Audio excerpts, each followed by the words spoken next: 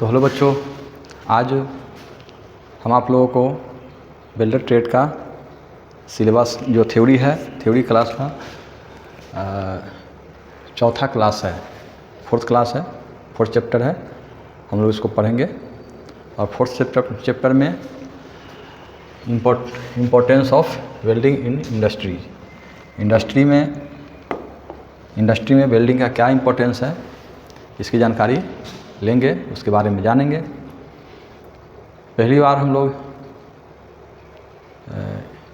Training के importance को जाने थे, उसके बाद डिसिप्लिन था, उसके बाद फर्स्ट एड था, एलिमेंट्री फर्स्ट एड।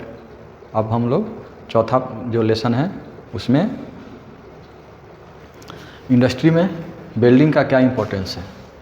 इंडस्ट्री जो है जहाँ कहीं भी होगा, हम लोग वेल्डिंग का इंडस्ट्री में क्या इम्पोर्टेंस है वह इम्पोर्टेंस जान जाएंगे, तभी तो हम लोग को रुचि बनेगी कि हाँ, हमें वेल्डर से ITI करके एक बड़े मुकाम पर जाना है। ठीक है, तो हम लोग जानेंगे कि वेल्डिंग का क्या इम्पोर्टेंस है, कहाँ पर, इंडस्ट्री में। क्लियर?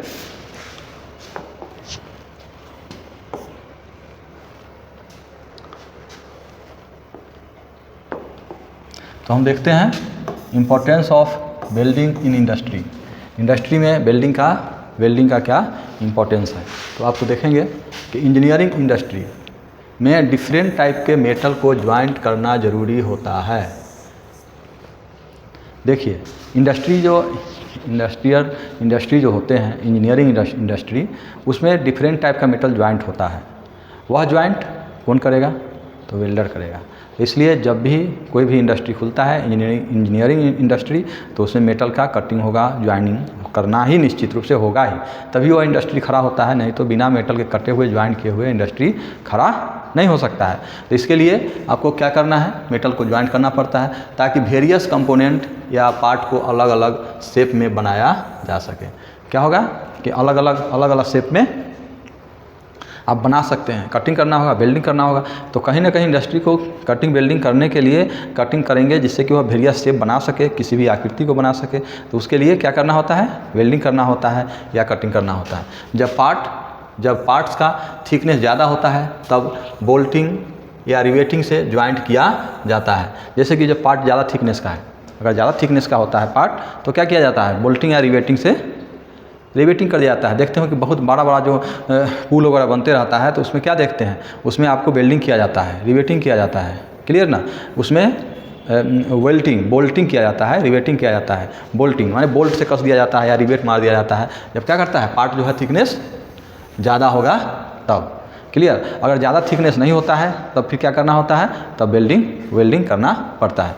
एग्जाम्पल के लिए iron bridge, steam boilers, roof trusses वगैरह, जो ऐसे ही मेथड से ज्वाइन किया जाता है। लेकिन जब थिन शीट होता है 2 mm से या उससे कम थिकनेस ज्वाइन करनी हो, तब शीट मेटल ज्वाइंट्स यूज किया जाता है।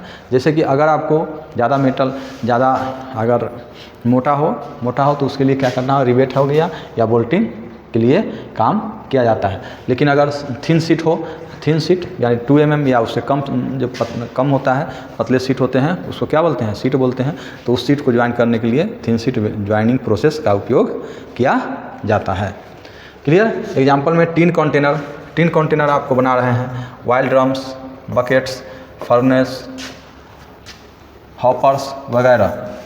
ठीक है, तो इस चीज़ को जो बनाते हैं, तो क्या करता है? इनको सोल्डरिंग या ब्रेजिंग से ज्वाइंट किया जाता है। जो क्या करते हैं? इसको सोल्डरिंग या ब्रेजिंग से ज्वाइंट कर सकते हैं। जो हॉपर्स बनाया जाता है, बकेट बनाया जाता है, तो बकेट वगैरह किससे बनाया जाता है? वो रिवेट मारा जाता है। क्लियर? नहीं, उसको वेल्डिंग नहीं किया जाता है। तो वेल्डिंग करने के लिए और पतला शीट का बनाया जाता है, तो उसका मेटल ज्वाइनिंग प्रोसेस होता है, जिसे सोल्डरिंग हो गया, ब्रेजिंग हो गया। इस तरह का यूज करके आपको उसमें जोड़ सकते हैं। एक जोड़ने का एक विधि होती है। आपको बोल्टिंग होती है, ब्रेजिंग होती है, सोल्डरिंग होती है, रिवेटिंग होती है। लेकिन उसमें भी हम लोग क्या पढ़ेंगे? वेल्डिंग पढ़ना है। वेल्डिंग के लिए, वेल्डिंग जो इंडस्ट्री है वह बहुत बड़ा क्षेत्र है, यह बहुत छोटा छोटा क्षेत्र है, इसको भी नहीं देखना है उतना विशेष, हल्का सा पढ़ के निकल जाना है। लेकिन हम लोगों को क्या पढ़ना है, वेल्डिंग पढ़ना है। तो अभी हम देख लिए कि टिन कंटेनर जो वगैरह होता है ये सब किससे ज्वाइंट होता है, तो ब्रेजिंग और सोल्डरिंग से होता है। क्लियर। हैवी इंडस्ट्री में देखिए, ये छोटे छोटे की बात हो गई थी, हम लोग कर लिए थे। लेकिन जब हैवी इंडस्ट्री होता है, बहुत मोटे प्लेट रिवेटिंग या बोल्टिंग से ज्वाइंट नहीं किए जाते हैं। जब बहुत जो हैवी इंडस्ट्री होता है ना, उसमें बहुत मोटे प्लेट जो होते हैं उसको रिवेटिंग या बोल्टिंग से माने ज्वाइंट नहीं किया जाता है, क्योंकि हैवी लोड को विद स्टैंड नहीं कर पाते, विद स्टैंड नहीं कर पाते, यानी हैवी लोड को सहन नहीं कर पाता है। जब वह मोटा होगा या हैवी इंडस्ट्री होगी, उसमें आपको लोड को वह सह नहीं पाता है, इसलिए उसको बोल्ट या रिवेटिंग से वेल्ड नहीं करते हैं। तो तब क्या करना होगा, उसके लिए ऐसे ज्वाइंट के लिए वेल्डिंग ही यूज किया जाता है, क्योंकि ज़्यादा स्ट्रॉन्ग ज्वाइंट देता है। इसके लिए क्या करना होता है कि वह वेल्डिंग का यूज करते हैं। वेल्डिंग कब यूज करते हैं, जब हैवी इंडस्ट्री होती है, उससे मोटे जो प्लेट होते हैं उसको बोल्टिंग से या रिवेटिंग से कहीं करता है। लेकिन लोड ज़्यादा सहना हो अगर ज़रूरी है तो फिर पुल वगैरह पर जो ज़्यादा लोड की ज़रूरत पड़ती है, तो वहाँ भी आपको वेल्डिंग ही करना पड़ेगा। ठीक है। तो इसके लिए क्या करना है, वेल्डिंग ही यूज किया जाता है। ऐसे ज्वाइंट की कॉस्ट ज़्यादा होती है, लेकिन रिलायबल स्ट्रॉन्ग होते हैं। जैसे कि ऐसे ज्वाइंट बनते हैं जो आप वेल्डिंग करके जो बनाया जाता है, उसका कॉस्ट क्या हो जाता है, कॉस्ट ज़्यादा होता है, लेकिन क्या होता है, वह विश्वसनीय होती है, स्ट्रॉन्ग होती है, मजबूत होता है। क्लियर ना। तो आपको इस तरह की वेल्डिंग की ज़रूरत इसमें पड़ता है। नेक्स्ट है spaceships, atomic power generation, tin container for storing chemicals. जैसे केमिकल का स्टोरिंग करना हुआ, कंटेनर बनाना है, या आपको एटॉमिक पावर जनरेट करना है, तो उसमें क्या करना है, उसके लिए आपको इसे वेल्डिंग से इजीली और कम कॉस्ट में ज्वाइंट किया जा सकता है। क्लियर। क्या हो जाएगा, उसको कम कॉस्ट में ज्वाइंट कर सकते हैं। क्लियर ना। तो नेक्स्ट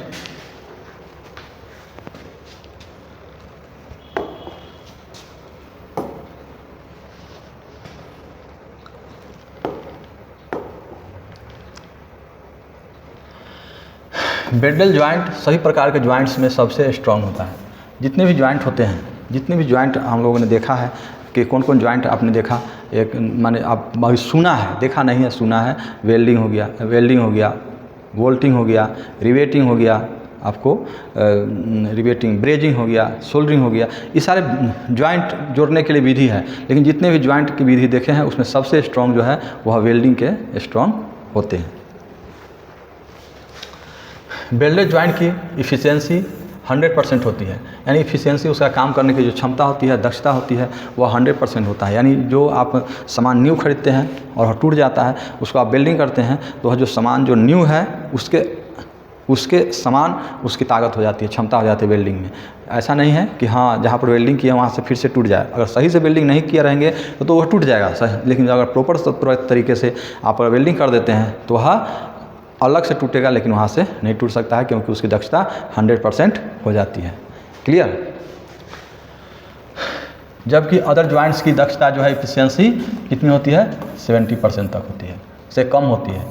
इसलिए सभी इंडस्ट्रीज में वेल्डेड स्ट्रक्चर्स को फैब्रिकेशन के लिए यूज किया जाता है।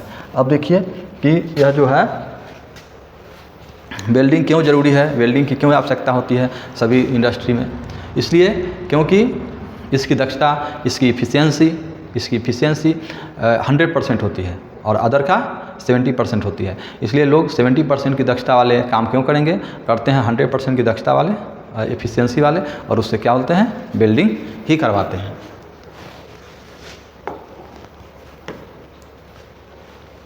Advantage of welding over methods of joining metals.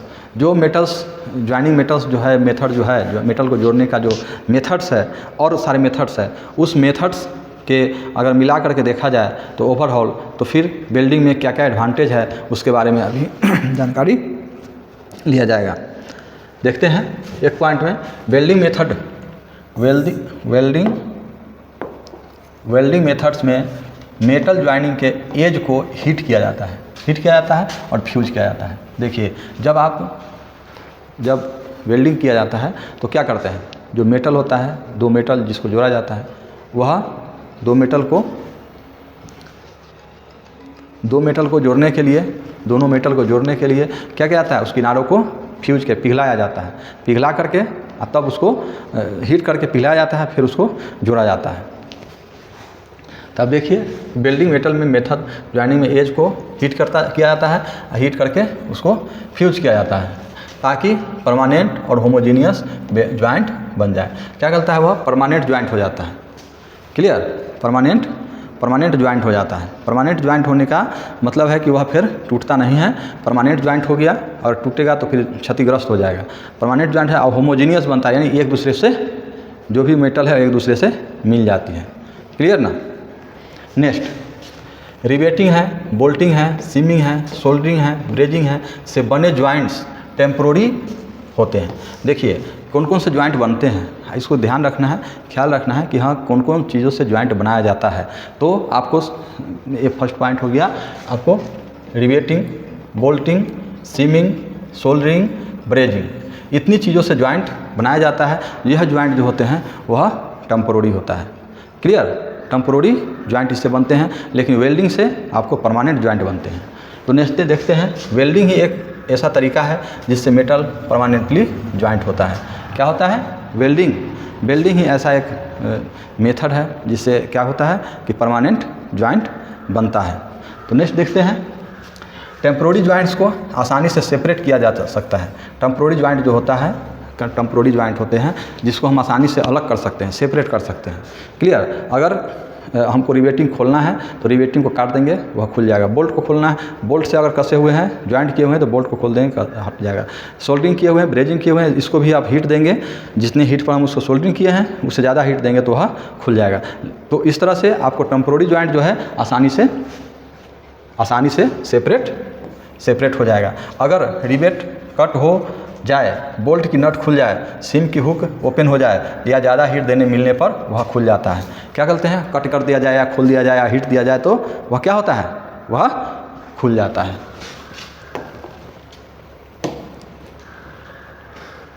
Advantage of welding, welding का क्या एडवांटेज है। अभी हम लोगों ने देखा कि और मेथड्स है और अपना वेल्डिंग है, तो वेल्डिंग क्यों ज़्यादा ज़रूरत पड़ती है, तो और मेथड के अलावा वेल्डिंग का क्या एडवांटेज था उसके बारे में जाने थे। अभी हम लोग देखते हैं एडवांटेज ऑफ वेल्डिंग का क्या एडवांटेज है। क्लियर, वेल्डिंग से बना हुआ ज्वाइंट परमानेंट और प्रेशर टाइट होता है। अब देखिए, जैसे कि यह परमानेंट तो होता ही है, वेल्डिंग से जो जुड़ा हुआ रहता है, वेल्डिंग से जुड़ा जाता है, वह एकदम परमानेंट होती है। और प्रेशर टाइट, यानी प्रेशर देने पर खुलता नहीं है। ऐसा नहीं जैसे गैस का सिलेंडर बनता है, ठीक है, टैंकर बनता है, ऑयल टैंकर बनता है, इसमें प्रेशर जो है प्रेशर से खुलता नहीं, प्रेशर टाइट होती है। इसे कैसे लीक प्रूफ लोग कहता है, उस तरह से प्रेशर टाइट होता है, प्रेशर देने पर भी यह खुल नहीं सकता है और यह परमानेंट होती है। क्लियर। नेक्स्ट, यह कम जगह घेरता है, इसलिए स्पेस सेविंग भी कहा जाता है। जिसे कम जगह घेरता है, जैसे कि देखिए अगर उसमें कोई बोल्ट लगता नहीं है, रिवेट नहीं लगता है तो जगह तो कम घेरेगा। बोल्ट जिसमें अगर लगा दीजिएगा तो बोल्ट ज़्यादा जगह घेर दिया, और ज़्यादा जगह घेरने के साथ साथ वो भारी भी हो जाएगा क्योंकि बोल्ट एक अलग से लग गया। तो यह क्या होता है, कम जगह घेरता है और स्पेस सेविंग होता है, मैंने जगह को सेव करता है।